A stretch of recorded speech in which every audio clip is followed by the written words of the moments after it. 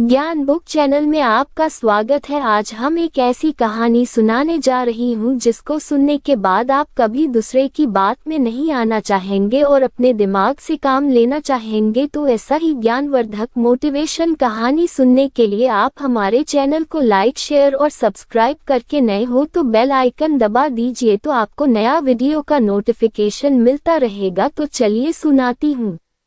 एक बार की बात है, किसी शहर में एक बड़े से पेड़ पर एक पक्षी रहता था जिसका नाम था सिंधुक। सबसे चौंकाने वाली बात यह थी कि उस पक्षी का मल सोने में बदल जाता था। यह बात किसी को भी पता नहीं थी।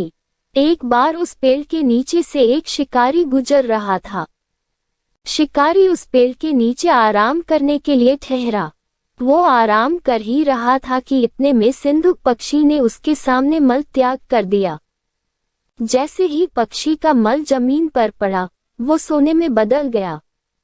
यह देखते ही शिकारी बहुत खुश हुआ और उसने उस पक्षी को पकड़ने के लिए जाल बिछाया। सिंधुक जाल में फंस गया और शिकारी उसे अपने घर ले आया। पिंजरे में बंद सिंधुक को देख शिकारी को चिंता सताने लगी कि अगर राजा को इस बारे में पता चला तो वो न सिर्फ सिंधुक को दरबार में पेश करने को कहेंगे बल्कि मुझे भी सजा देंगे।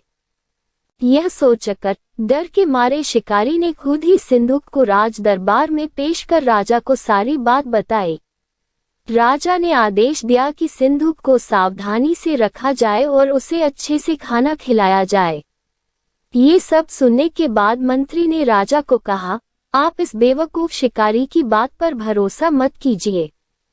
कभी ऐसा होता है क्या कि कोई पक्षी सोने का मल त्याग करे? इसलिए अच्छा होगा कि इसे आजाद करने का आदेश दें।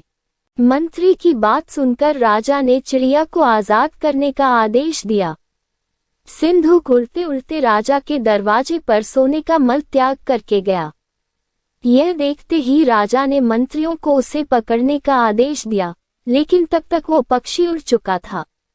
उड़ते उड़ते सिंधुक कह गया, मैं बेवकूफ था जो शिकारी के सामने मल त्याग किया। शिकारी बेवकूफ था जो मुझे राजा के पास ले गया। राजा बेवकूफ था जो मंत्री की बात में आ गया। सभी बेवकूफ एक जगह ही हैं। इस कहानी से हमें यह सीख मिलती है कि कभी भी दूसरे की बातों में नहीं आना चाहिए और अपने दिमाग से काम लेना चाहिए। दोस्तों, अगर यह कहानी पसंद आई हो तो आप हमारे चैनल को लाइक, शेयर और सब्सक्राइब करके बेल आइकन दबा दीजिए। आपका धन्यवाद।